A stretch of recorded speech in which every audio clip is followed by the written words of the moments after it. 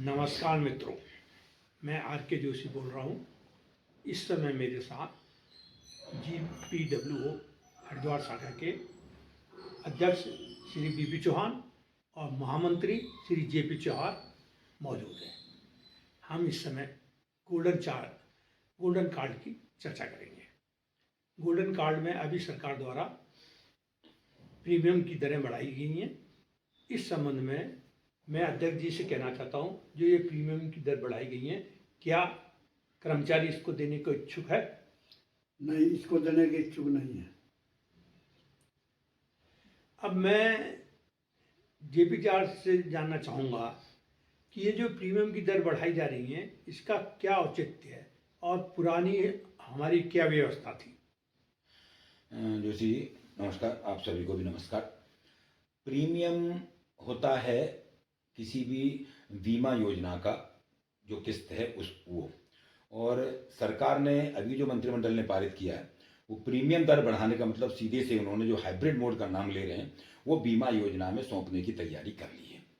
अब जैसा आपने पूछा मेरे से कि पहली व्यवस्था क्या थी और ये वर्तमान व्यवस्था है क्या, तो जहाँ तक वर्तमान व्यवस्था की बात है, ये हाइब्रिड मोड पर शुरू की, अपनी इच्छा से सरकार ने शुरू कर दी, बिना पेंशनर्स को, जो इनके जो सहभागी हैं, ये जो भुक्तभोगी हैं जिनके ऊपर ये लागू होनी है, उनसे कोई भी सहमति और विचार विमर्श किए बिना ये लागू कर दी। इससे पहले की जो गोल्डन कार्ड व्यवस्था है वो भी ऐसे ही लागू की गई थी, किसी भी कार्मिक पेंशनर से पूछा नहीं गया था और उन्होंने लागू कर दी, अंशदान योजना शुरू कर दी थी। और अंशदान योजना के पीछे जो उसकी अंशदान योजना की आत्मा है वो ये थी कि चूंकि इससे पहले की जो व्यवस्था में मैं भी आऊँगा, उस व्यवस्था में कार्मिक और पेंशनर्स को अपने चिकित्सा उपचार के लिए, चाहे वो OPD का हो चाहे इंडोर का हो, उसके लिए भुगतान कार्मिक और पेंशनर्स को अपनी जेब से देना पड़ता था और उसके बाद में उसका रियम्बर्समेंट जिसे कहते हैं वो चिकित्सा व्यय प्रतिपूर्ति होती थी। तो गवर्नमेंट की जो अंशदान योजना के पीछे सही में आत्मा ये थी कि कार्मिक और पेंशनर्स को अपनी जेब से पहले भुगतान न करना पड़े अस्पतालों को, और सीधे के सीधे अस्पताल में जाएं, वो गोल्डन कार्ड दिखाएं, उपचार लें और अपने घर आ जाएं। जो भी खर्चा है वो सरकार सीधे अस्पताल को करेगी। मैं चाहता बीच में आपको डिस्टर्ब करूंगा, मैं ये जानना चाहता हूं कि पुरानी व्यवस्था क्या थी।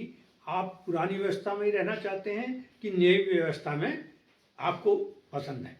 अब मैं पुरानी व्यवस्था पे आता हूँ। जैसे कह रहा था कि नई व्यवस्था की तो आत्मा ये थी, पुरानी व्यवस्था क्या थी, कोई भी कल्याणकारी राज्य इस बात के लिए प्रतिबद्ध होता है, प्रतिबद्ध था कि वो जैसे आम नागरिकों के लिए ये आयुष्मान भारत योजना भारत सरकार ने लागू की, ऐसे ही पहले से हमारे यहाँ राज्य कर्मचारियों और पेंशनर्स के लिए व्यवस्था लागू थी कि कोई भी कर्मचारी या पेंशनर्स, चाहे वो कर्मचारी सेवारत है या पेंशन सेवानिवृत्ति के बाद में पेंशनर है, वो और उनके परिवार के सदस्य जो परिवार की परिभाषा में आते हैं, उनको निःशुल्क चिकित्सा सुविधा दिया जाना सरकार की जिम्मेदारी है। उसी जिम्मेदारी के तहत में एक नियमावली बनी और वो कर्मचारी संगठनों और पेंशनर संगठनों की मांग पे बड़े लंबे आंदोलन के बाद में चिकित्सा परिचर्या नियमावली के तहत, चिकित्सा परिचर्या नियमावली में कुछ नियम बनाए गए, कुछ व्यवस्थाएं बनाई गई, और उन व्यवस्थाओं के तहत में कार्मिकों को ये और पेंशनर्स को ये सुविधा दी गई कि आप अपना चिकित्सा उपचार लीजिए अस्पतालों में जाके, निजी अस्पताल हो चाहे प्राइवेट अस्पताल हो, सरकारी अस्पताल हो, उनमें जाके अपना चिकित्सा उपचार लीजिए और उसके बाद में अपना जो व्यय है उसका व्यय के बीजक बिल आप अपने कार्यालयाध्यक्ष को, जो अंतिम कार्यालयाध्यक्ष है, उसको दीजिए भुगतान के लिए। वो उनको जिला अस्पतालों में को नोटिफाई किया गया, जिला कहीं कहीं CMO को भी किया गया, वो उसका वेरिफिकेशन करेंगे और वेरिफिकेशन के बाद में जो धनराशि बनेगी CGS की दरों पर, वो CGS की दरों पर धनराशि आपको भुगतान कर दी जाएगी। यही व्यवस्था चल रही थी। इस पर होने वाला जो खर्च है, ये खर्च भी सरकार के जिम्मे था, सरकार ही इसको भुगतान करती थी, सरकार ही करती रही है।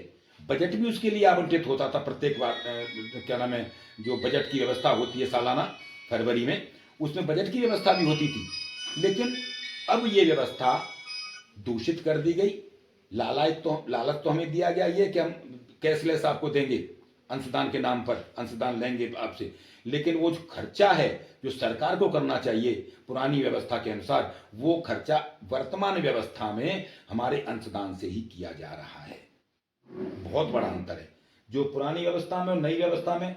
अगर आप हम सुधार की बात करते हैं या क्या खामियां हैं, नहीं, उन पर चर्चा अलग हो सकती है।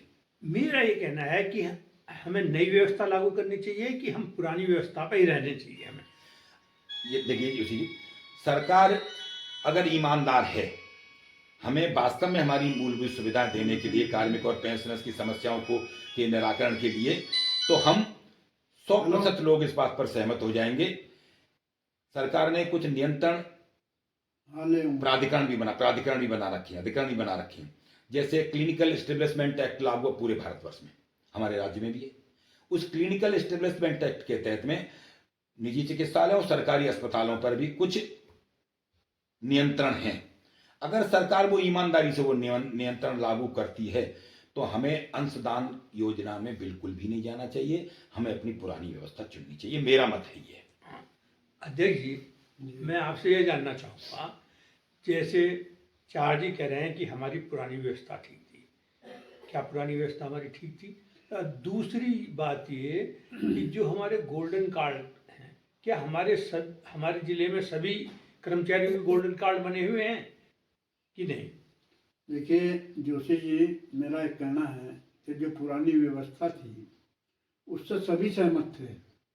आज जो नई व्यवस्था लागू हुई है और इसमें अनेक प्रकार के तर्क दिए जा रहे हैं, वो लोगों को पसंद नहीं आ रही, ये हमारे भी गले नहीं उतर रही। और गोल्डन कार्ड का जहाँ तक मसला है, गोल्डन कार्ड से कोई फ़ायदा हम लोगों को नहीं हो रहा है, इससे इलाज ही नहीं हो रहा है। हॉस्पिटल वाले हमारे गोल्डन कार्ड पर इलाज ही नहीं कर रहे हैं। आयुष्मान कार्ड वाले को फट ले लेते हैं, गोल्डन कार्ड वाले को मना कर देते हैं। तो ऐसी व्यवस्था जो हमारी बिगड़ रही है, इस व्यवस्था से हमारा जो पेंशन संगठन जो है, ये बड़ा मतलब एक मुसीबत ये गले पड़ी हुई है। और इस मुसीबत को किस तरीके से हम लोग टालना चाहते हैं, ये हमारी समझ में नहीं आ रहा है। इस पर हम लोग विचार कर रहे हैं कि ये किस तरीके से इसको सुधारा जाए, गवर्नमेंट इसमें किस तरीके से सुधार लाया जाए। ये हम गवर्नमेंट से अपेक्षा कर रहे हैं कि गवर्नमेंट हमें जो है इसमें सुधार करके हमारी समस्याओं का निराकरण समय से करे। हाँ, तो अजय जी, आपका ये कहना है कि व्यवस्था जो हमारी चिकित्सा व्यवस्था थी वो पुरानी ही होनी चाहिए, जिसमें हमें कर्मचारियों को बिना किसी खर्चे के, बिना किसी अंशदान की कटौती के हमें चिकित्सा सुविधा मिलती थी। अब ये जो गोल्डन कार्ड वाली योजना आई है, ये गोल्डन कार्ड वाली योजना किन चरणों में होते हुए हमारे पास आई और इससे क्या ये लागू करने में कर्मचारियों पेंशनर्स को विश्वास में लिया गया है? जरा 2-4 शब्दों में संक्षिप्त रूप में मिस्टर चाहत आप बताने की कष्ट करें। दरअसल 2018 में न जाने सरकार को क्या सूझा उत्तराखंड शासन को, और उन्होंने एक व्यवस्था लागू की यू हेल्थ कार्ड कर्मचारी और पेंशनर्स के लिए। उसी समय ये हमारी जो अटल आयुष्मान योजना ये भी लागू हुई थी। तो उत्तराखंड में इस कंट्रोल के लिए, यू हेल्थ कार्ड को देखने के लिए राज्य स्वास्थ्य इकाई बनाई, राज्य स्वास्थ्य एजेंसी बनाई कि वो यू हेल्थ कार्ड की देखभाल करेगी। और ये शासन ने ये तर्क दिया कि हम कर्मचारी और पेंशनर्स को कैशलेस चिकित्सा सुविधा देंगे। उस कैशलेस चिकित्सा सुविधा के नाम पर आपसे हम अंशदान चाह रहे हैं। इसलिए नहीं था, अधिकार तभी भी उनका था, आज भी उन्हीं का है खर्चे का, हमारे व्यय पे खर्चे के लिए। लेकिन कार्मिक इस चीज को अधिकार है कि दायित्व है? दायित्व है। ये उनका उत्तरदायित्व, परम उत्तरदायित्व बनता है किसी भी राज्य कर्मचारी कल्याणकारी राज्य का। उस उत्तरदायित्व को आज भी वो वचनबद्ध है, शासन बिल्कुल सरकार मना नहीं कर रही है, लेकिन वहां से विमुख हो रही है, उस चीज से बिल्कुल अलग हो रही है। बाद में जो इसी यू हेल्थ कार्ड को उन्होंने गोल्डन कार्ड नाम दिया, और गोल्डन कार्ड को बृहद बनाते हुए बाद में हालांकि माननीय उच्च न्यायालय के हस्तक्षेप से कोई याचिका पर पहुंचे याचिगण, तो उनके आधार पर उन्होंने जैसे कहा कि भाई हम इसमें नहीं सम्मिलित रहना चाहते, तो उनको ये भी विकल्प दिया गया कि आप ऑप्ट आउट हो सकते हैं, यानी इस योजना से बाहर निकल सकते हैं। हाँ। ये बात तो ठीक है, हैं? आपकी ये आपने जो ये बताया कि ये इसका चरण यू हेल्थ से चलते हुए गोल्डन कार्ड में पहुंचा है और जिसको एक प्राधिकरण के माध्यम से चलाया जा रहा है। अध्यक्ष जी, मैं ये आपसे जानना चाहता हूँ कि जो ये गोल्डन कार्ड योजना है केवल उत्तराखंड राज्य में ही लागू है या देश के अन्य राज्यों में भी लागू है, भारत सरकार में भी लागू है, ऐसा? देखिए मान्यवर, हम आपको एक चीज़ बता दें कि जो गोल्डन कार्ड व्यवस्था है ये केवल उत्तराखंड में ही लागू है, बाकी देश में किसी भी राज्य में लागू नहीं है। अच्छा जी, और या तो ये पूरे देश में लागू हो, और मैं तो ये समझना चाहता हूँ कि जैसे आयुष्मान योजना थी उसी को हमारी को वृद्ध रूप से कर दिया जाता।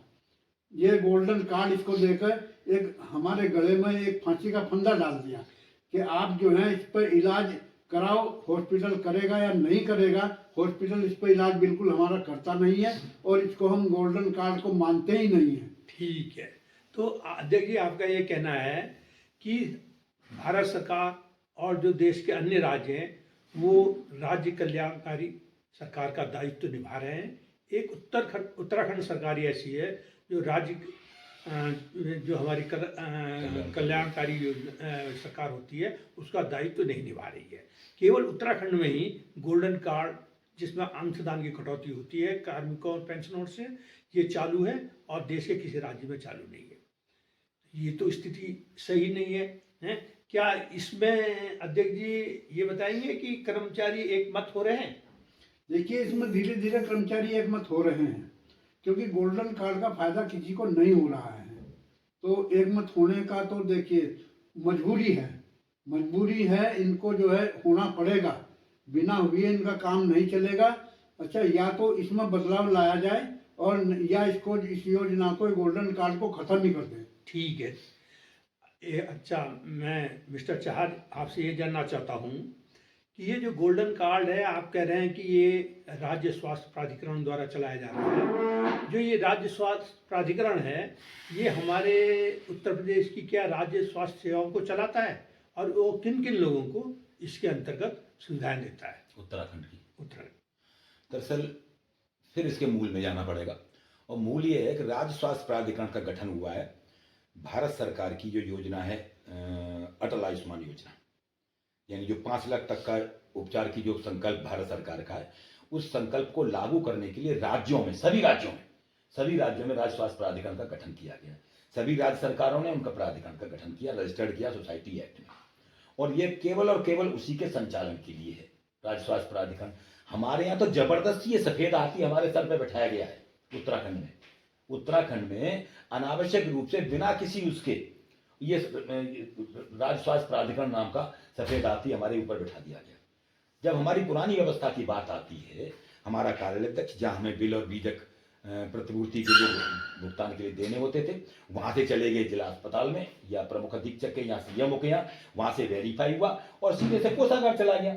अब इन्होंने इतनी लंबी फेहरिस्त बना दी अनावश्यक रूप से बिना किसी लीगल प्रोसेस के, कोई लीगल प्रोसेस भी नहीं है, और प्राधिकरण को हमारे ऊपर जबरदस्ती थोप दिया गया।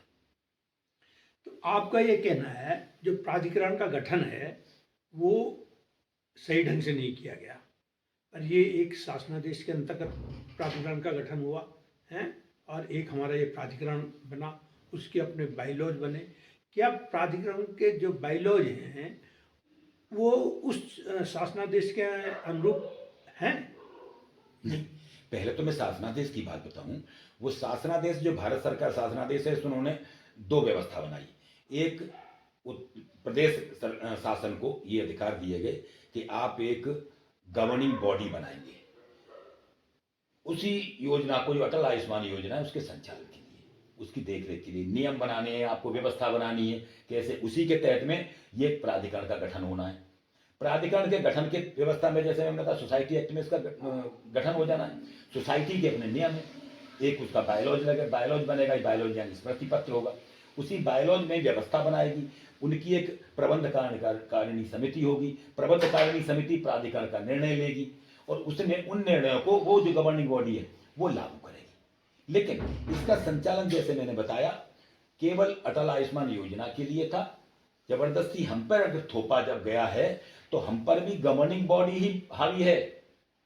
ये जो प्राधिकरण नाम की चिड़िया है उसको तो पंखे फड़फड़ाने की अनुमति नहीं है, वो एज इट इज जैसे के तैसे बनी हुई है। उसमें भी पदाधिकारी वही है जो गवर्निंग बॉडी में है, शासन के सरकार के अधिकारी जो स्टेक होल्डर हैं।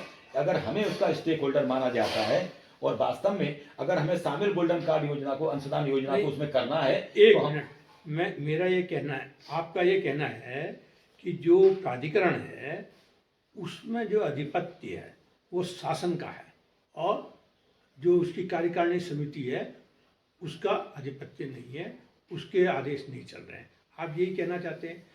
दूसरी बात मेरा ये कहना है, यदि ये जो प्राधिकरण है, प्राधिकरण में केवल अंशदाता कार्मिक और पेंशनर है, तो यही स्टेक होल्डर है। क्या आप लोग उसके सदस्य हैं और यदि नहीं हैं तो आप उसमें क्या परिवर्तन चाहते हैं? एक्चुअली मैं फिर बताऊंगा आपको, ध्यान करता हूँ इसको स्थिति स्पष्ट करूँ। प्राधिकरण में हम कहीं भी स्टेक होल्डर कार्मिक और पेंशनर नहीं है। ये व्यवस्था तो उस गवर्निंग बॉडी यानी उत्तराखंड शासन, उत्तराखंड सरकार ने निर्णय लिया, तय किया कि हम आपको निःशुल्क चिकित्सा सुविधा देने के लिए आप पे ये थोपते हैं 250 रुपये, 450 रुपये, 650 रुपये और 1000 रुपये, 4 स्लैब। और इसको भी जरा मुझे पूछना, बाद में बताऊंगा कि ये 7वें वेतन आयोग का क्या मामला है। हमें 4 कैटेगरीज में, श्रेणियों में ये हमारे ऊपर थोप दी गई कि आपको ये अंशदान देंगे तो हम आपको कैशलेस चिकित्सा सुविधा उपलब्ध करा देंगे। संचालन का निर्णय अपने आप ले रहे हैं कि हम प्राधिकरण से चला रहे हैं और प्राधिकरण के संचालन के लिए इन्होंने ही अपने आप व्यवस्था करी है 5 रुपए प्रति अंशदाता कटौती का भी। लेकिन प्राधिकरण कुछ काम कर ही नहीं रहा, उसे काम करना दिया ही नहीं जा रहा।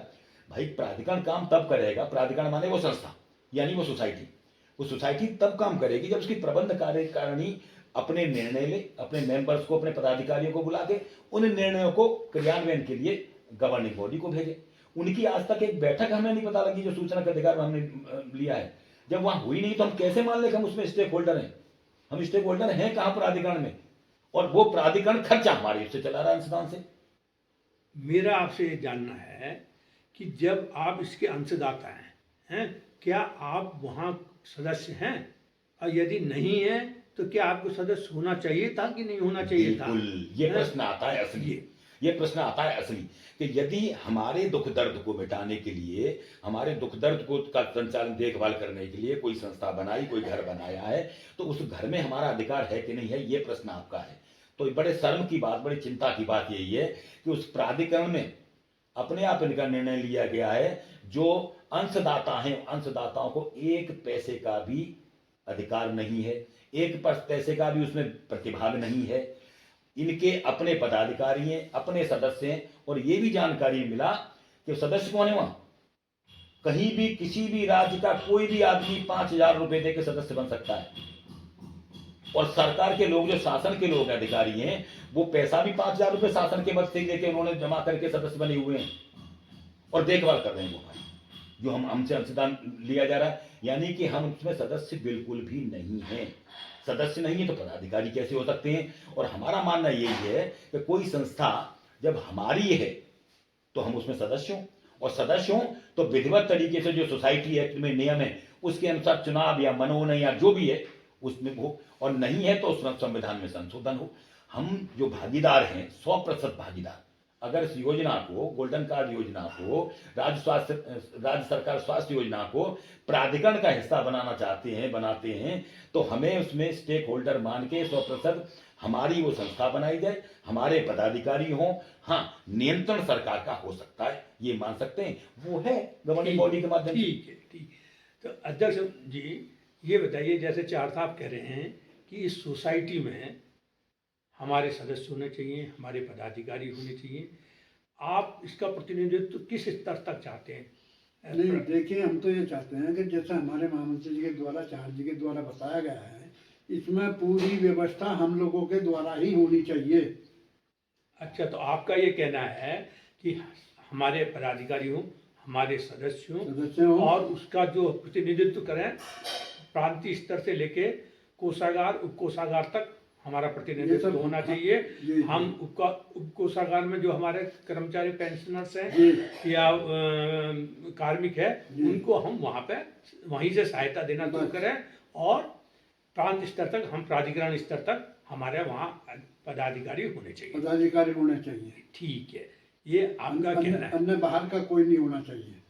ये है तो मतलब ये हुआ कि जो प्राधिकरण है उसका गठन पुनः होना चाहिए। उसमें हमें जो कार्मिक हैं, जो पेंशनर्स हैं, उनको सही भागीदारी मिलनी चाहिए और उनके भागीदारी के हिसाब से वो चलाए और उस अपने कर्मचारियों और पेंशनर्स के लिए उपचार के लिए, चिकित्सा उपचार के लिए कार्य करें। ये बात तो ठीक है। अब जैसे आपने बताया कि इसका जो संचालन व्यय है ये 5 रुपये प्रति कार्मिक प्रति पेंशनर्स के हिसाब से अंशदान में से कटौती की जाती है और उससे प्रचालन व्यय किया जाता है। और जो प्राधिकरण है ये आयुष्मान योजना भी देखता है, ऑप्शन आउट वालों को भी देखता है। जब इन दोनों को देखता है क्या ये भी अंशदान देते हैं और क्या वो संचालन व्यय देते हैं और उस संचालन व्यय में क्या बिजली का मकान के किराए का और जो और व्यवस्थाएं हैं उनका खर्च शामिल है और यदि है तो ये लगभग कितना कितना हो रहा होगा। दरअसल वो ये भी सूचना के अधिकार में हमने कुछ जानकारी हासिल की। तो एक तो स्पष्ट ये कर दूं, जैसे मैं कह रहा हूँ कि प्राधिकरण नाम की चिड़िया जबरदस्ती हम पर हमारे सर पर बिठाई गई है। हम बात आते हैं कि हम अंशदान का क्या उपयोग कर सकते हैं, क्योंकि अंशदान हमारा है। ये अंशदान से जो पैसा इकट्ठा कर रही है सरकार या शासन, वो हमारा है, उस पर हक हमारा है। उसकी देखभाल, उसकी संचालन हम कैसे कर सकते हैं, ये भी हमारा अधिकार होना चाहिए। उनको अधिकार किसने दे दिया? प्राधिकरण, फिर दोबारा याद दिलाता हूँ, प्राधिकरण हमारे लिए है ही नहीं। प्राधिकरण भारत सरकार ने बनाया उसी योजना के, अटल आयुष्मान योजना के लिए। जबरदस्ती हमें उसमें जोड़ दिया गया 5 रुपए का खर्चा दिखाते हुए। और 5 रुपए खर्चे की बजाय बता दूं, जो सूचना का अधिकार में प्राप्त हुआ है 55 लाख रुपए प्रति माह किराए का, भवन का किराया प्रति माह। अभी वो शायद पिछले महीना चेंज किया है। मैं किसी मामले में मैंने प्राधिकरण फोन किया था तो कार्यालय में कोई अधिकारी ने मुझे बताया कि वो हम अभी कार्यालय भवन चेंज कर रहे हैं, परिवर्तन कर रहे हैं, तो इस नाते हम व्यस्त है, कल परसों हम आपकी समस्या का निराकरण करेंगे। यानी वो चेंज किया है, वो कम में या ज्यादा में मैं नहीं जानता। बिजली का बिल भी स्पष्ट रूप से मिला है, लाखों रुपए का है। और सैकड़ों लोगों की, कार्मिकों की फौज, अगर वो अटल आयुष्मान योजना से चल रहा है बहुत बढ़िया, लेकिन मुझे लगता नहीं। क्यों? मान लिए 150 करोड़ रुपए का हमारा संकलन है, जो सरकार कहती है कि 300 करोड़ का हमारा खर्चा है। हमने वो भी सूचना में मांगा, 4 साल का विवरण दे रखा है उत्तराखंड शासन ने के माध्यम से, विभाग ने, और उन्होंने कि किस समय, किस मद में कितना, किस साल में कितना खर्चा, कितना आया, कितना गया, कितना हमारा संकलन हुआ उसका, और कितना हमारा खर्चा हुआ। वो लगातार बढ़ता चला गया है। तो अब इससे हमें ये लग रहा है कि वो खर्चे भी जो ऑप्ट आउट वाले खर्चे हैं वो दूसरे हैं। खर्चा काम कर रहे हैं सभी का, हमारा तो काम इन्हें करना ही नहीं है, ना करना चाहिए। जबरदस्ती हमारे ऊपर बैठे हुए हम तभी तो करें, हम तो अपने कोषागार के माध्यम से कर लेंगे ना भाई। प्राधिकरण को क्यों भेजें?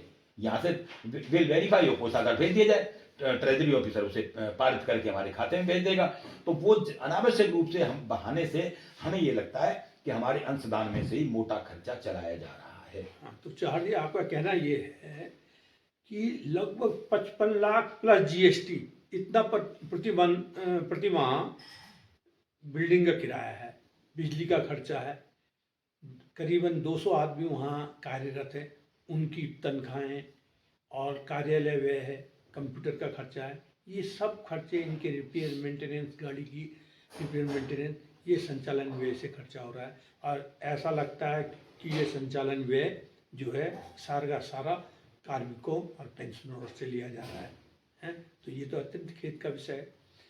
अब मैं ये जानना चाहता हूँ कि जो ये हमारा अंशदान है, जैसा आप कह रहे हैं कि ये प्रतिवर्ष पहले जैसा आपने मुझे अपनी सूचना के अधिकार में मांगी गई सूचना में दिया है कि पहले ये मतलब हम इकट्ठा अधिक करते थे और व्यय बहुत कम था, और ये धीरे धीरे बढ़ते हुए बराबर आ गया। अब ये दुगना हो गया है। ये इतना खर्चा बढ़ रहा है, पहले हम बचत कर रहे थे, अब हम दुगना व्यय कर रहे हैं, और उसमें सरकार की कोई भागीदारी नहीं है, और जबकि सरकार की भागीदारी 100% होनी चाहिए। इसके संबंध में आपका क्या कहना है? देखिए, ये जो बार बार सफेद हाथी कहा जा रहा है इस प्राधिकरण नाम की संस्था को, ये इसीलिए हम कह रहे हैं कि ये हाथी, सफेद हाथी का माने बहुत खाने पीने को चाहिए। एक ऐसा जानवर है जिसे खाने पीने को बहुत चाहिए, और काम कितना कर सकता है, कितना ले सकते हो आप जानते हो, इसी नाते सफेद हाथी को कहा जा रहा है। हम बार बार हमारा कथन भी यही है कि जो उसमें अंतर है खर्चे में और आय में, और उसमें ये प्राधिकरण का केस नहीं है। प्राधिकरण जिम्मेदार है केवल अटल आयुष्मान योजना चलाने के लिए, और हो सकता है भारत सरकार भी उसको दे रही है जितना खर्चा उन पे आ रहा है, 55 लाख रुपए प्लस जीएसटी ये और वो। लेकिन हमें आशंका इसलिए है कि जब 5 लाख तक का उपचार उन अटल आयुष्मान योजना वाले उनको लाभार्थियों को वो प्राधिकरण उसी खर्चे में देने के लिए वचन कटिबद्ध है, तो पहले 5% हम पे क्यों थोपा गया? 5 रुपए, और उस 5 रुपए से चूंकि कोई हिसाब हमें नहीं दिया है इन्होंने, हमें सूचना के अधिकार में केवल ये तो दिया कि हमारा खर्चा इतना इतना है, ये इन्होंने नहीं बताया किस मत से कहां से खर्चा किया जा रहा है। हम ये मान लेते हैं सरकार से ही खर्चा ले रहे हैं, लेकिन वो जब व्यवस्था प्राधिकरण वहां से कर सकते तो हमसे 5 रुपए क्यों? अच्छा, ये तो चलिए ठीक हुआ। अब इस योजना में यदि सुधार करना चाहें तो क्या हमें अटल आयुष्मान योजना और जो हमारी गोल्डन कार्ड हैं इनके खाते अलग अलग नहीं रखने चाहिए, जिससे अटल आयुष्मान योजना का जो पैसा है वो अटल आयुष्मान योजना में खर्च हो, और जो हमारे अंशधारक हैं, हम जो गोल्डन कार्ड धारक हैं, उनसे जो कटौती होती है उसका फंड एक अलग जगह रखा जाए और उसको किस ढंग से खर्च किया जाए। आपका इस संबंध में क्या कहना है? देखिए, खाता तो अगर घोर अनियमितता नहीं कर रहे होंगे उत्तराखंड शासन और सरकार, तो खाते तो उन्होंने अलग अलग ही बनाए होंगे। अगर खाते अलग अलग नहीं बनाए हैं तो बहुत बड़ा आर्थिक घोटाला होगा, ये बहुत बड़ा आर्थिक घोटाला होगा। उत्तर प्रदेश के एनआरएचएम एनएचएम की तरह से घोटाला होने वाला है। यदि ऐसा होगा तो इसकी हम मांग करते हैं कि कम से कम पारदर्शिता के साथ में स्पष्ट किया जाए, पहली बात।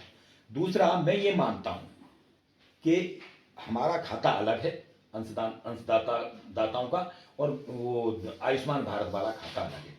मैं प्रश्न ये उठा रहा हूं कि जब हमारी ये कल्याणकारी राज्य भारत सरकार के इसी प्राधिकरण के माध्यम से आम नागरिक को 5 लाख रुपए तक की चिकित्सा सुविधा देने के लिए निःशुल्क वचनबद्ध है, कटिबद्ध है और दे रही है, तो हम दुश्मन हैं क्या? ये कार्मिक और पेंशनर से अंशदान क्यों? 5 लाख तक की सुविधा के तो हकदार हम भी हो गए उसी वचनबद्धता के अधिकार से। अरे यही व्यवस्था बना ले कि 5 लाख तक की व्यवस्था वहां में शामिल कर दे। 5 लाख से ऊपर तक कोई इंश्योरेंस मोड नहीं, कोई कुछ नहीं, उससे ऊपर की व्यवस्था जो बजट इनका हुआ करता था चिकित्सा व्यय प्रतिपूर्ति के लिए, उससे करें। वो 5 लाख तक की व्यवस्था कैशलेस में हो सकती है, उसके आगे के रियम्बर्समेंट में कर दे, हमसे 1 पैसे का अंशदान न ले। हम तो इस बात को भी स्वीकार कर रहे हैं, लगातार अंशदान की तो व्यवस्था ही खत्म होनी चाहिए, देख रेख की तो बात ये बाद में करेंगे। चार जी, आपका कहना ये है कि राज्य सरकार को चाहिए कि वो 5 लाख तक का जो कर्मचारियों का चिकित्सा व्यय होता है उसे आयुष्मान योजना के अंतर्गत उसका व्यय करें, और जो उससे अधिक का होता है उसे गोल्डन कार्ड के जो अंशदान देते हैं उसमें से किया जाए। क्या आप अंशदान से राजी नहीं हैं? आपका कहना है कि आप अंशदान से राजी नहीं हैं। मतलब मैं ये कहता हूँ कि 5 लाख तक का वहाँ किया जाए, उससे आगे का खर्च जो है सरकार करे, और यदि उसके पास उस समय बजट उपलब्ध नहीं है तो उसमें वो क्या कहते हैं, हमारे जो फंड है कटौती के उससे है। ये बिल्कुल मैं आपकी इसी बात से सहमत हूं कि सरकार ऐसी व्यवस्था बनावे। मैं उदाहरण देता हूँ अपने पड़ोसी राज्य का। उत्तर प्रदेश में पंडित दीनदयाल उपाध्याय कैशलेस सुविधा कार्मिक और पेंशनर्स के लिए लागू, और उस सुविधा के तहत में उन्होंने 5 लाख तक की सीमा जरूर निर्धारित की है, लेकिन कार्मिकों से, पेंशनर से कोई भी एक पैसे का अंशदान नहीं लिया जाता है। और उसके बाद की जो व्यवस्था है, ये कैशलेस व्यवस्था है। आप जाएं अस्पताल में, मान लीजिए वो एम्प्लॉई, तो आप कैशलेस 5 लाख तक का उपचार करा सकते हैं। 5 लाख से ऊपर का अगर बिल बनता है तो आप उसको रिएम्बर्समेंट में जाएं। पूरा सुविधा, चिकित्सा सुविधा मिलनी है उन्हें, पूरी की पूरी जितनी भी होगी। ये व्यवस्था हमारे यहाँ भी आसानी से हो सकती है। ये व्यवस्था चाहे जो नाम दें, गोल्डन कार्ड ही रखें, कुछ भी रखें, ये कर सकते हैं। 5 लाख तक तो वो बचेंगे, करें जैसे उत्तर प्रदेश सरकार ने किया है, ये भी सरकार करे। 5 लाख तक की व्यवस्था कैसे करेंगे? वो हो गया, सरकार को एक पैसा भी नहीं देना पड़ेगा। उससे ऊपर का जो पैसा है वो सरकार पहले भी रिएम्बर्समेंट में खर्च करती थी, आज भी रिएम्बर्समेंट में खर्च करें। हाँ, हम अंशदान वाली बात है, इसको हम सरकार की मदद के लिए सोच सकते हैं, एहसान नहीं। हम मदद के लिए सोच सकते हैं, हम एहसान कर सकते हैं उनपे कि हम ये जो अंशदान दे रहे हैं इससे एक निधि बनावे, और उस निधि का उपयोग आकस्मिक स्थितियों में, यदि कहीं आप पे बजट की कमी आ जाती है, 5 लाख से ऊपर वाले में, आयुष्मान योजना में तो कोई बजट की कमी आई नहीं, ये सब अस्पताल भर्ती कर रहे हैं, ले रहे हैं। उसके बाद के खर्चे में अगर कहीं कोई बजट की कमी आती है तो हमारे इस अंशदान के निधि से वो भुगतान करें चिकित्सालयों को, जिससे चिकित्सालय हमारे मरीजों को न लौटावे, हमारे कार्मिकों को न लौटावे। उनका भुगतान हुआ, उपचार हमारे कार्मिकों को मिल गया, और रिएम्बर्समेंट का समय निर्धारित करके रिएम्बर्समेंट करके फिर हमारी निधि में पैसा वापस कर दें। तो आपका ये कहना है, पहली बात तो ये है कि 5 लाख तक का व्यय जो है वो अटल आयुष्मान योजना के अंतर्गत किया जाए, उसके बाद का व्यय सरकार करे। और यदि मतलब उससे बात के लिए जो आपका ये कहना है, कार्मिक और जो पेंशनर्स हैं उनके जो चिकित्सा उपचार है उसके लिए एक अलग से प्रतिवर्ष बजट का घोषणा होनी चाहिए, बजट पारित आवंटित होना चाहिए। और उस बजट को यदि जो हमारा फंड है, कार्मिकों और पेंशनर्स का जो कटौती होती है, उससे जो निधि बनी है, फंड बना है, उससे त्वरित रूप में जब हमें कोई भुगतान करना हो तो उसमें से कर दिया जाए, और उसके बाद उस फंड में वो पैसा बजट से वापस कर दिया जाए। ठीक है, ये आपकी बात है। अब ये देखने में आया है कितनी जगह हम ये देख रहे हैं कि जो हमारे वो जाते हैं पेंशनर्स और कार्मिक चिकित्सा के लिए जाते हैं, जैसे हमारी बड़ी मानवीय संस्था है हिमालयन इंस्टीट्यूट, उसमें सुना है कि कर्मचारियों पेंशनर्स को इस कार्ड, गोल्डन कार्ड में लिया ही नहीं जा रहा, या केवल 10 ही लिए जा रहे हैं। क्या ये बात सच है? हाँ, बहुत सारों की शिकायतें, बहुत कार्मिकों पेंशनर्स की शिकायतें और लगातार शिकायतें हैं। कभी कभी तो ये हुआ है, बड़ी दुर्भाग्यपूर्ण स्थिति कार्मिक और पेंशनर्स के साथ में हुई है। विशेष रूप से पेंशनर्स का एग्जाम्पल दूंगा क्यों मैं प्रतिनिधित्व कर रहा हूँ। पेंशनर्स के साथ में अस्पताल क्यों जाता है कोई भी? एक तो 60 साल के बाद में अस्पताल जाने की स्थिति थोड़ी सी और बढ़ जाती है, संभावनाएं ये बढ़ जाती हैं। भाई वार्षिक उसके लिए परीक्षण के लिए भी आपको चिकित्सक कहते हैं कि भाई आप जाना चाहिए आपको। मान लीजिए हम अस्पताल जाते हैं, आकस्मिक परिस्थिति में मान लीजिए हम जाते हैं और वहां से हमें ये कह के मना कर दिया जाए कि ना, आपका गोल्डन कार्ड नहीं चलेगा। ये तो दुर्भाग्यपूर्ण स्थिति है। हम पैसा दे रहे हैं इस नाते कि हमें क्या नाम है, कैशलेस सुविधा मिले, यानी जेब से पैसा ना देना पड़े, हमें चिकित्सा सुविधा मिले, और बजाय वहां कैशलेस क्या, वहां हमें चिकित्सा सुविधा से ही मना किया जा रहा है। इसका मतलब ये हुआ कि हमें कैशलेस के नाम पे केवल ठगा जा रहा है, लूटा जा रहा है। चलिए अच्छा ये बताइए, ऐसी भी लूट है क्या कि हमारे जो कार्मिक और पेंशनर्स हैं उनकी जो प्रतिपूर्ति है वो किसी और दर से की जाती है, और जो निजी चिकित्सालय हैं उनको वही उन्हीं उसके लिए कोई अन्य दर से भुगतान किया जाता है? ऐसा कुछ भी है? बहुत उचित प्रश्न और गंभीर बात है ये। बड़े चिंता के साथ कहना पड़ता है, राज्य में 3 या 4 दरें चल रही हैं उत्तराखंड राज्य में।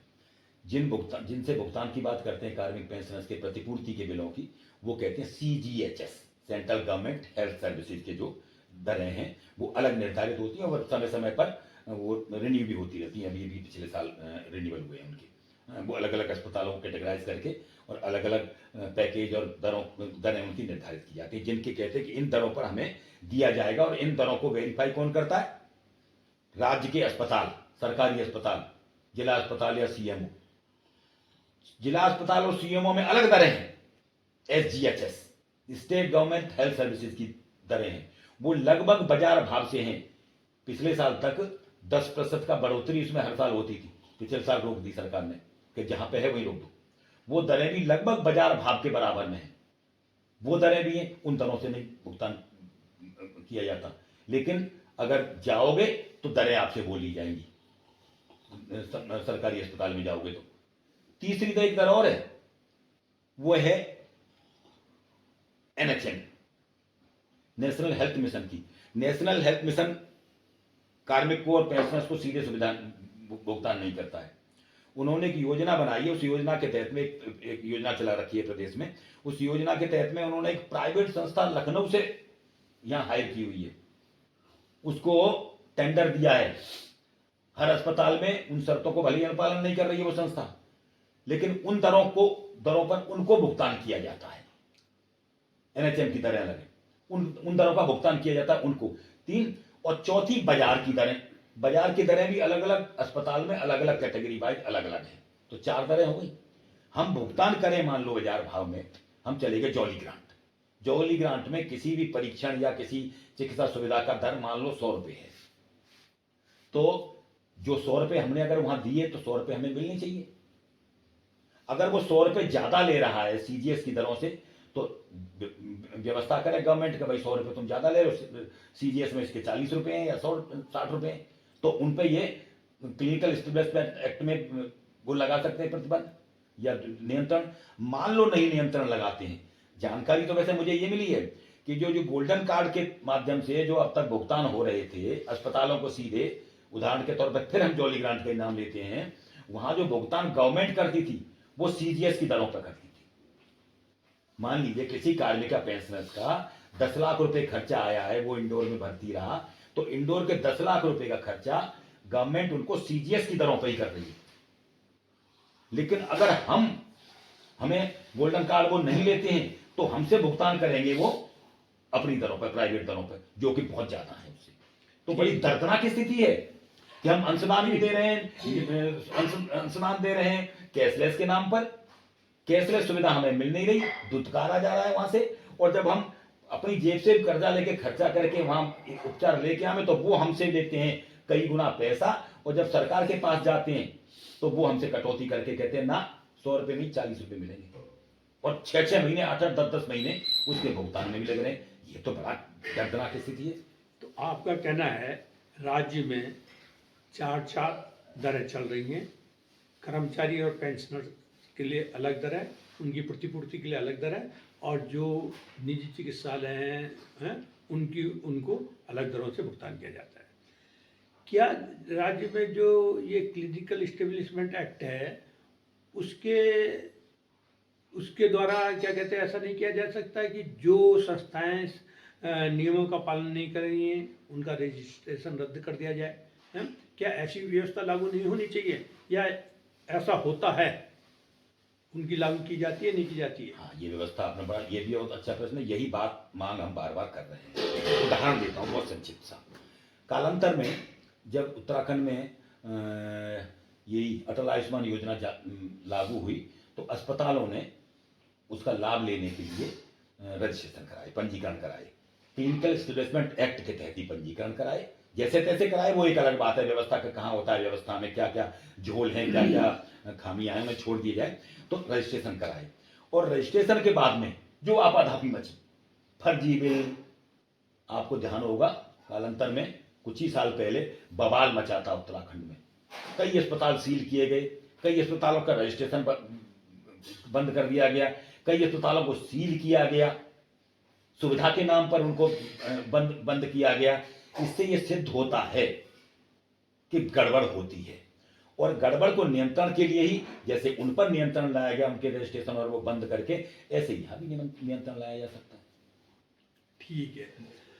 एक मेरा ये कहना है कि जो हमारे कर्मचारी और पेंशनर्स हैं, उनकी चिकित्सा उपचार के लिए बहुत से पैकेज बनाए गए हैं, और जो पैकेज हैं ये बीमारी केंद्रित है।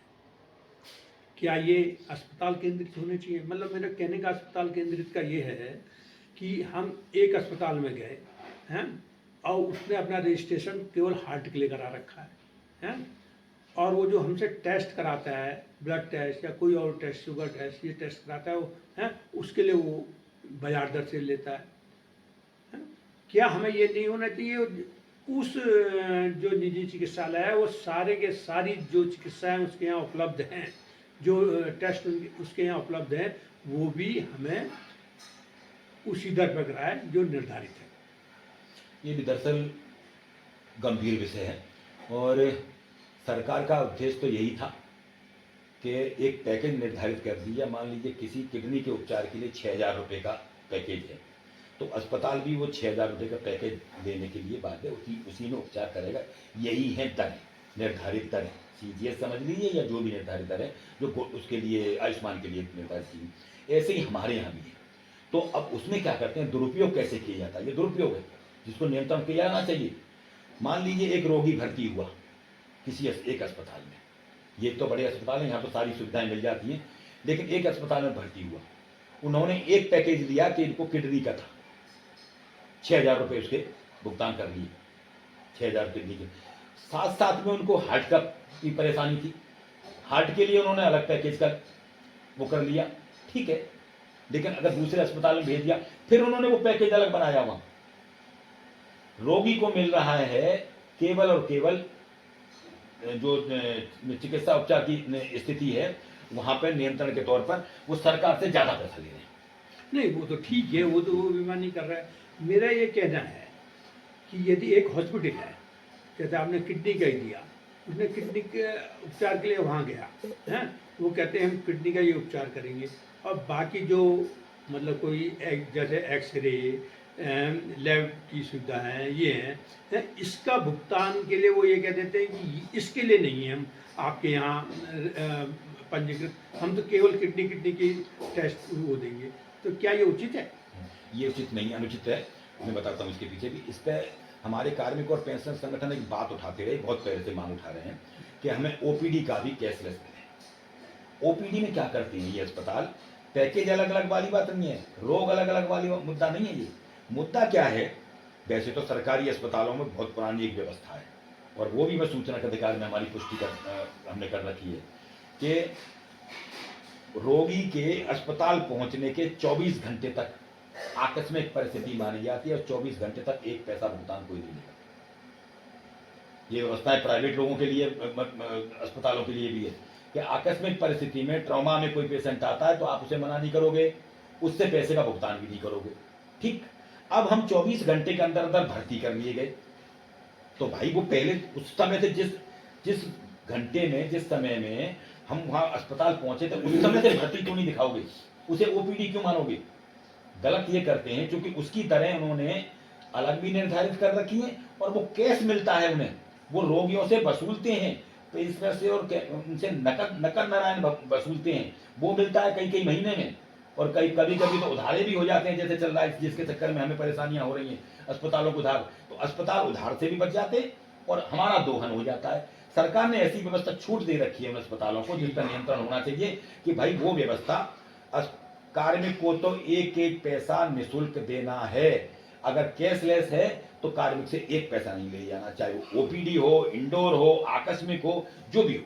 ठीक है, आपका ये कहना है यदि हम किसी एक बीमारी के लिए वो हॉस्पिटल रजिस्टर्ड है, उसके साथ साथ जो अन्य टेस्ट होते हैं, एक्सरे होते हैं, ये होते हैं, वो भी उसी पैकेज में शामिल होना चाहिए, है? ये मुख्य मुद्दा है।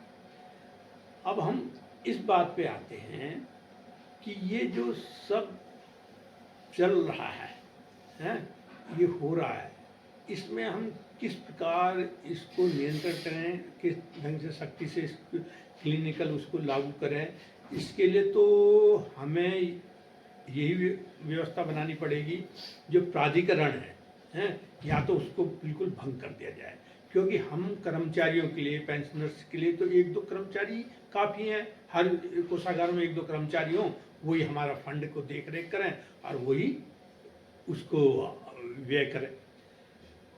और यदि प्राधिकरण रखना ही रखना है तो हमें ये सोचना पड़ेगा कि इसमें आमूल परिवर्तन हो है।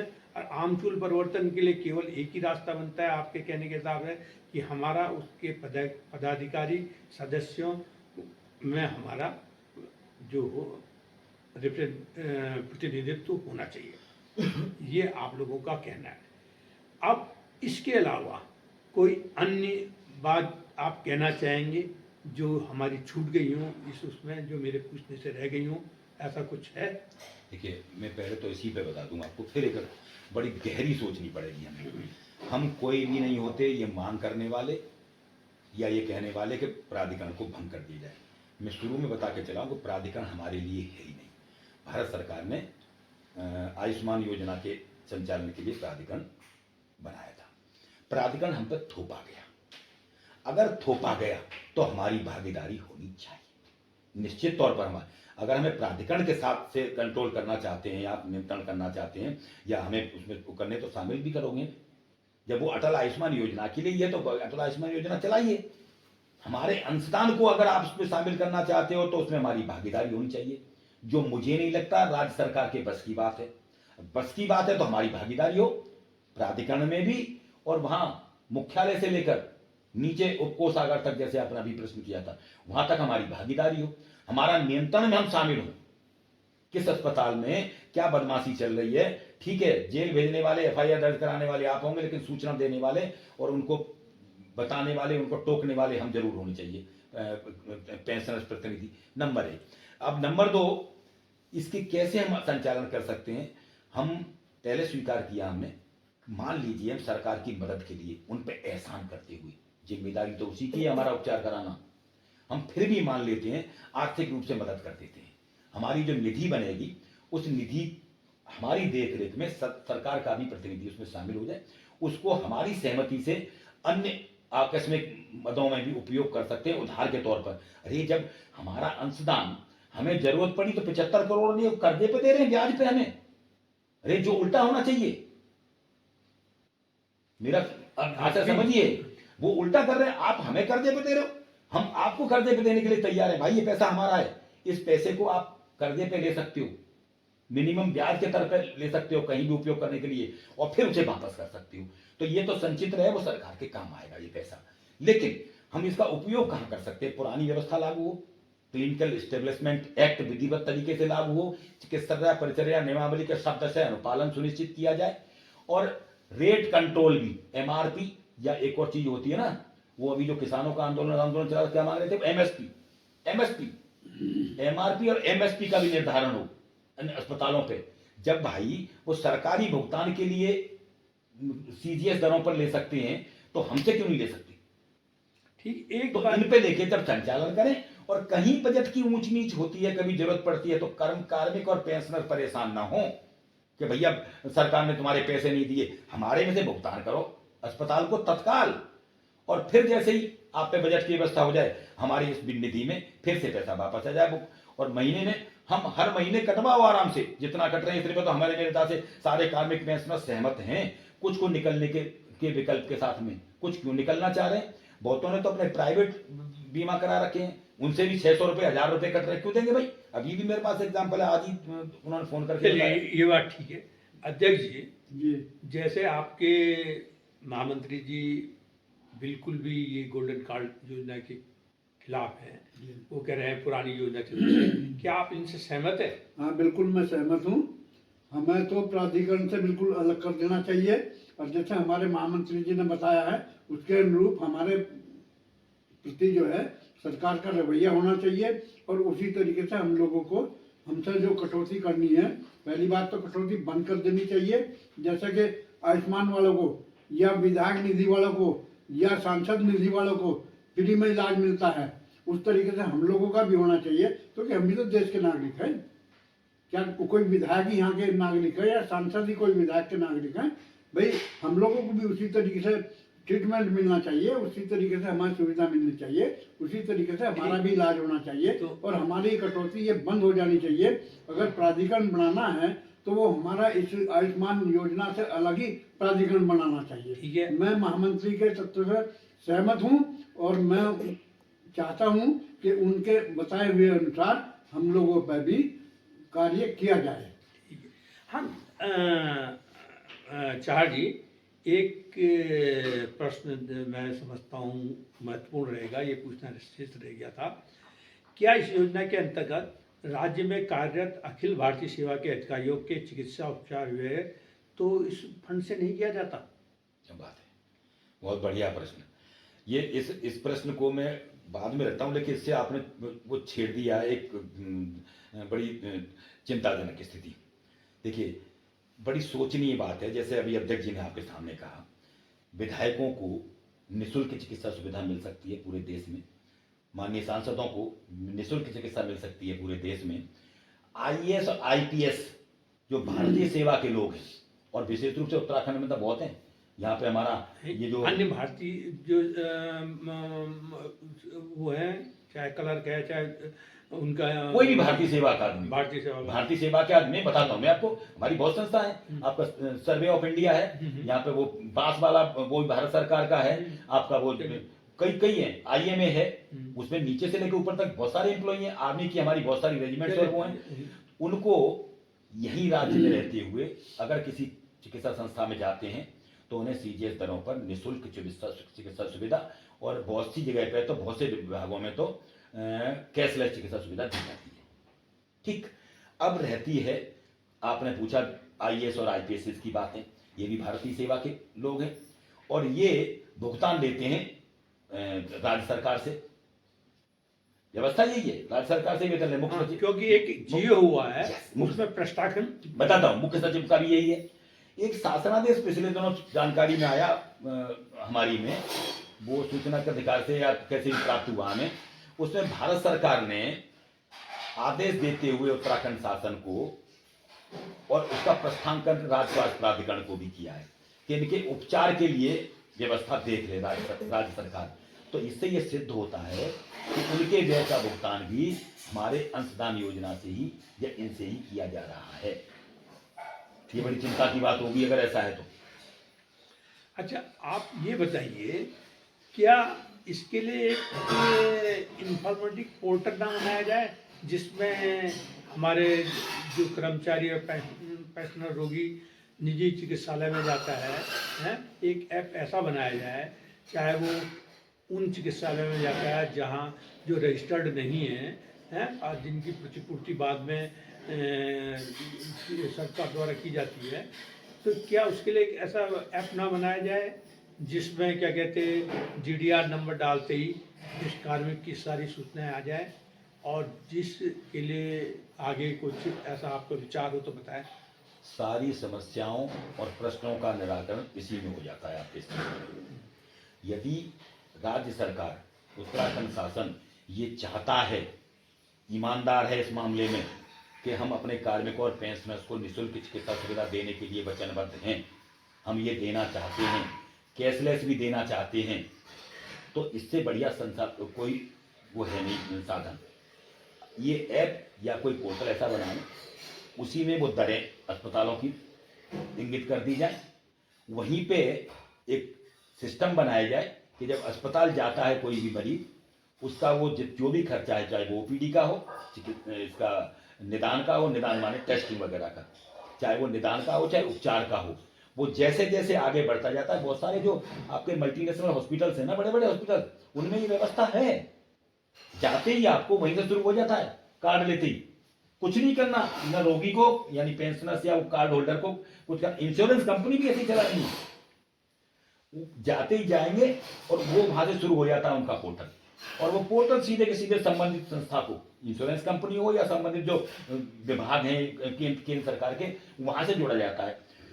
अंत में कार्मिक से सिग्नेचर ले लिए, सेटिस्फैक्ट्री उपचार होके वो ठीक चला गया, सर्टिफिकेट देने के बाद में वो अपने घर जा, भुगतान करने के लिए भी कहीं भी कोई परेशानी नहीं होती है। अस्पताल ने ज्यादा लिया, कम लिया, कैसे लिया, वो सारा का सारा उसमें बांध के रखा जा सकता है, नियंत्रण करके। बिल्कुल समस्या का समाधान हो जाएगा। हमें एक पैसा सरकार से चाहिए नहीं, ईमानदारी से, और ईमानदारी से हम ये चाहते हैं कि हम बिना उपचार के भी जो जिम्मेदारी है वो सरकार हमारी निभाए। तो उसका यही रास्ता एक बहुत बढ़िया अच्छा रास्ता हो सकता है। मेरा आपका ये कहना है कि एक पोर्टल बनाया जाए जिसमें कार्मिक का पीपीओ नंबर या जीआरडी नंबर डाला जाए, जिससे उसकी सारी इंफॉर्मेशन उसमें आ जाए। उसके बाद क्या कहते हैं, उसको जिस बीमारी के लिए जो जो पैकेज दिए जा रहे हैं उनको टिक कर दिया जाए, हाँ, और उसको इलाज दे दिया जाए। बाद में उसकी बायोमेट्रिक ले ली जाए कि वही व्यक्ति इलाज करा रहा है। वो बायोमेट्रिक लेने के बाद वो सीधे प्राधिकरण को पास वो सूचना चली जाए और प्राधिकरण ट्रेजरी जहाँ भी उसे समझे प्राधिकरण को वो सूचना चल जाए और बीच में से चल जाएगी और उसका वहाँ उस हिसाब से उस चिकित्सालय को भुगतान हो जाएगा। बीच में जो केंद्रीय है या उस कर्मचारी पेंशनर्स का निदेशालय है उसका हस्तक्षेप कम हो जाएगा और सीधे के सीधे उस कर्मचारी और पेंशनर का इलाज हो जाएगा। और यदि प्रतिपूर्ति है तो उसका भुगतान। तो ये तो आप पोर्टल की बात कर रहे हैं। एक बात मैं अध्यक्ष जी आपसे कहना चाहता हूँ कि जो हमारे पेंशनर्स हैं, अब कोई पेंशनर बागेश्वर का है, हाँ, वो क्या कहते हैं रिटायर होने के बाद हरिद्वार बस गया, वो प्रतिपूर्ति भत्ता प्रतिपूर्ति चाहता है, तो उसके लिए क्या उसको उस डिपार्टमेंट में अपने बागेश्वर जाना उचित रहेगा कि उसका जो हेड ऑफ द ऑफिस हो अब तेजी माना जाए? नहीं, वो जहाँ रह रहा है उसको सुविधा वहीं पर मिलनी चाहिए। उसी मतलब आपका ये कहना है कि उसी कोषागार से मिलनी चाहिए और वही कोषागार अब पेंशनर्स का हेड ऑफ डिपार्टमेंट होना चाहिए, हैं? और बीच में निदेशालय नहीं और कुछ नहीं, और उनको सबको हटा दिया विभाग की कोई आवश्यकता नहीं है। और वैसे भी जब पोर्टल से सारी की सारी सूचना आ जाएगी तो कोषाधिकारी को भी कुछ चेक नहीं करना है। इसमें विसंगति का ही बता देता हूँ आपको उदाहरण जी। जैसे अस्पतालों में कैशलेस सुविधा चल रही थी, जिसे आप रोक रहे हैं धनावाम में कैशलेस सुविधा चली थी, क्या वो किसी कार्मिक के कार्यालय से पूछते थे? नहीं, कार्ड दिखाओ जाओ भर्ती हो जाओ। क्या उनके बजट को बिल को कार्मिक के या पेंशनर्स के कार्याध्यक्ष को भेजते हैं? नहीं। क्या वो चिकित्सालय में सीएमएस के या सीएमओ के पास में वेरिफिकेशन के लिए जाता है? नहीं।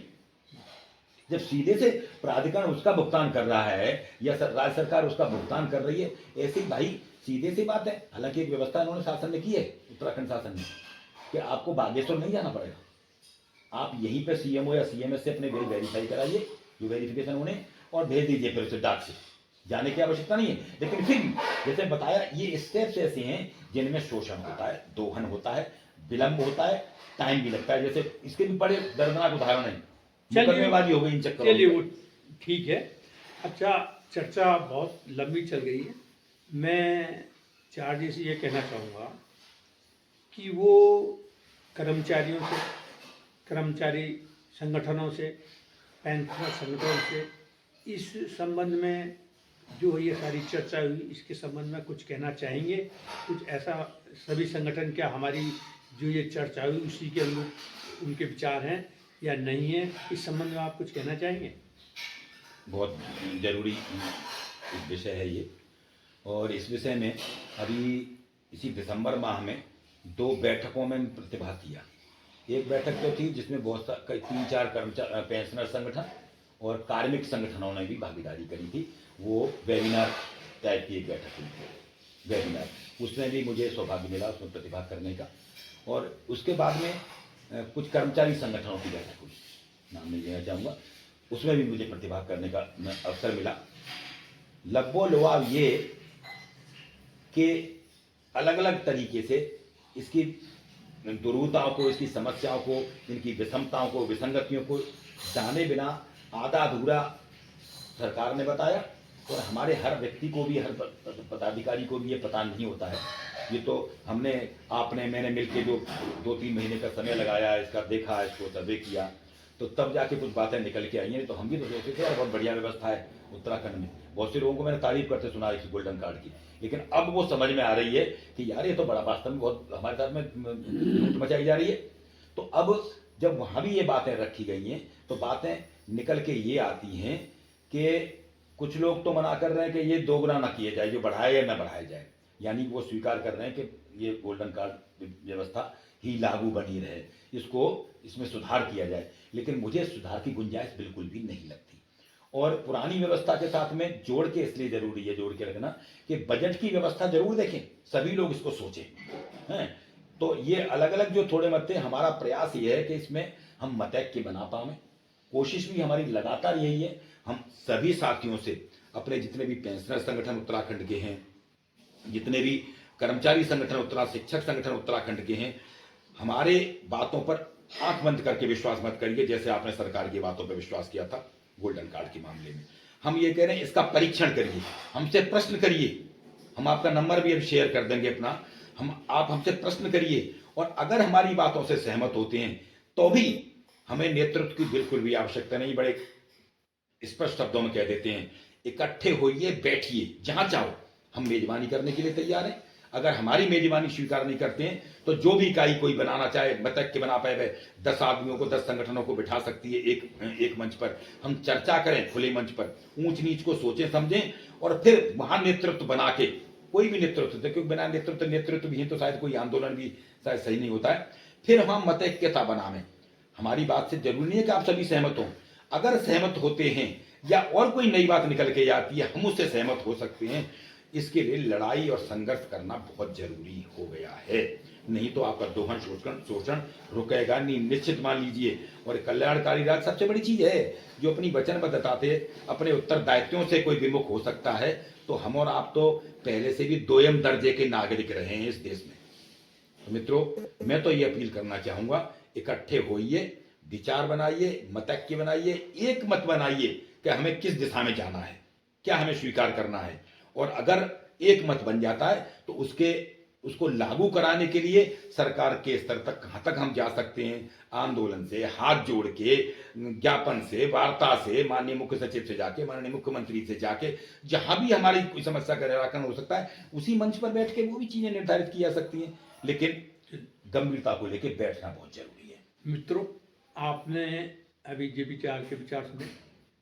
हरिद्वार शाखा इस संबंध में आप सबों के मत एक मत जानने के लिए मेजबानी करने को तैयार है। यदि सब आप लोग इच्छुक हो तो जेपी चाहर से संपर्क करें। उनका फ़ोन नंबर है, जरा आप अपना फ़ोन नंबर बोल दीजिए। मेरा मोबाइल नंबर मैं हालांकि इस पर राइट भी कर दूंगा, 9897237675, 9897237675। मैं इस पर टेक्स्ट में भी लिख देंगे इस वीडियो में। और यदि आप लोग इच्छुक हो तो इनसे संपर्क कीजिए। मतैक्य बनाने के लिए अधिक से अधिक लोग शामिल होइए और हम मेजबानी करने को तैयार हैं। इसके बाद मैं अध्यक्ष जी से कहूँगा कि हम इस वार्ता को अब समाप्त कर रहे हैं। वो कुछ कहना चाहते हो तो आपने 2 शब्द कही। मेरा सबसे पहले सभी को धन्यवाद जिसने हमारी ये वार्ता सुनी है, और ये प्रचार जिस तरीके से हमारे महामंत्री जी ने दिए हैं, उनका नंबर आपको सबको मिल गया होगा। आप उनसे संपर्क स्थापित कर सकते हैं, और जिस प्रकार उन्होंने कहा है उसके अनुसार आप लोग चलें, एकता बनाए रखें और एक साथ मिलकर काम करें।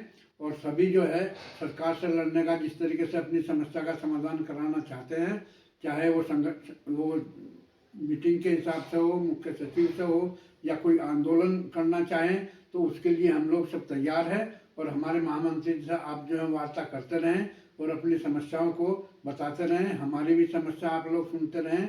इसके लिए आपको धन्यवाद और सादर नमस्कार। जी, धन्यवाद। आवाज दो, हम एक हैं।